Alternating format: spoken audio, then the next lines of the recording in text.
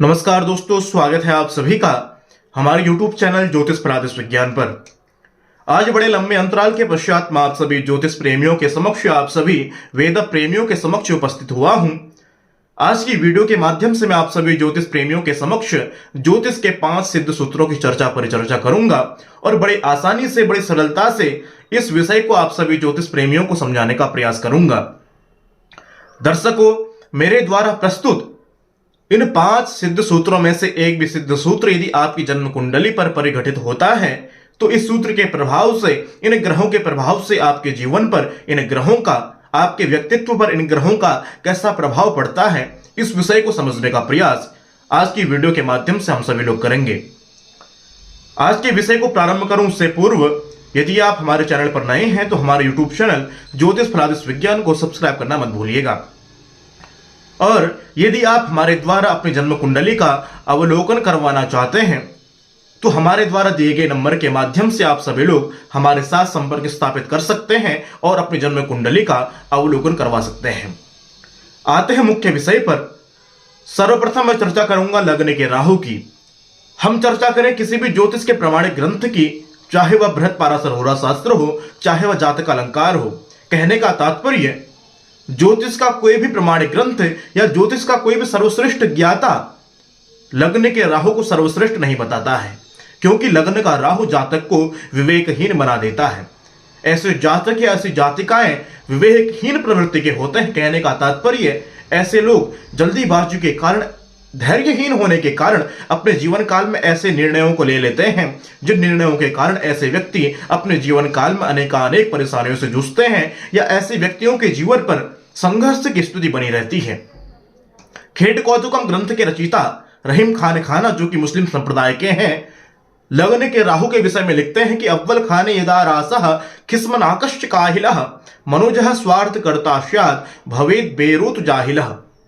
इन्होंने कहा कि लग्न का राहु व्यक्ति को धैर्यहीन बना देता है, लग्न का राहु व्यक्ति को स्वार्थ प्रवृत्ति का बना देता है, लग्न का राहु व्यक्ति को जाहिल प्रवृत्ति का बना देता है। दर्शकों, यदि किसी भी जातक या जातिका की जन्म कुंडली में राहु का संबंध शुक्र के साथ हो रहा हो तो इसे भी सर्वश्रेष्ठ स्थिति किसी भी ज्योतिषकार के द्वारा नहीं बताई गई है। ऐसे जातक या ऐसी जातिकाएं काम वासना से पीड़ित रहते हैं। अगर आपके साथ में ऐसी स्थिति है तो दुर्गा सप्तशती के 4th अध्याय के 4th श्लोक का आपको नियमित पाठ करना चाहिए। विद्या समस्तास्तवदेव भेदः स्त्रियः समस्ता सकला जगत्सु त्वय्येकया पूर्तमं ये तत्कातिस्तव्य परापरोक्तिः। आपको दुर्गा सप्तशती के 4th अध्याय के इस श्लोक का नियमित रूप से पाठ करना चाहिए। नियमित रूप से इस मंत्र का जप आपको करना चाहिए। लग्न का राहु या राहु के साथ शुक्र किसी भी ज्योतिषकार के द्वारा या ज्योतिष शास्त्र के किसी भी प्रमाणिक ग्रंथ के द्वारा सर्वश्रेष्ठ नहीं बताया गया है।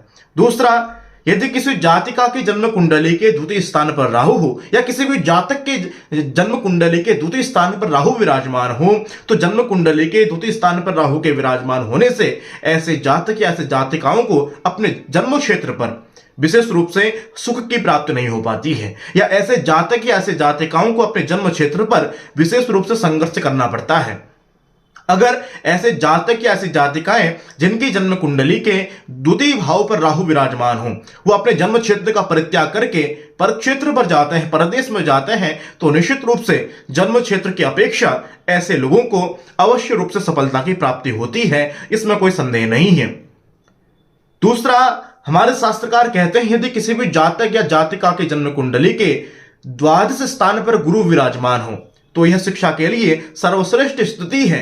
यदि किसी भी जातक या जातिका की जन्म कुंडली के द्वादश स्थान पर गुरु विराजमान हो तो ऐसा व्यक्ति शिक्षावान होता है, संस्कारवान होता है, ऐसा व्यक्ति विद्यावान होता है, या ऐसा व्यक्ति प्रदेश में अवश्य रूप से मान सम्मान, यश, ऐश्वर्य, कीर्ति की प्राप्ति करने वाला होता है। इसमें कोई संदेह की स्थिति नहीं है।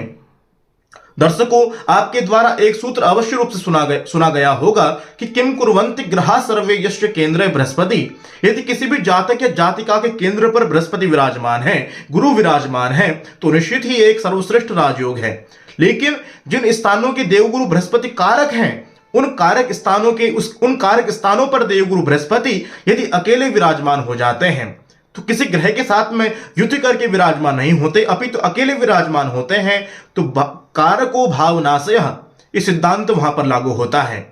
यदि किसी भी जातक या जातिका के सप्तम स्थान पर देवगुरु बृहस्पति विराजमान हो तो निश्चित रूप से उन जातक के, उस जातिका के वैवाहिक जीवन को देवगुरु बृहस्पति प्रभावित करने वाले होते हैं, इसमें भी कोई संदेह नहीं है।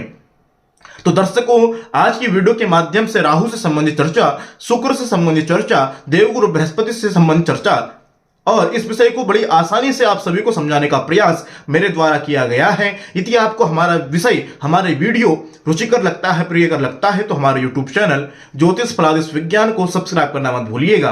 पुनः उपस्थित होंगे नए विषय के साथ, तब तक के लिए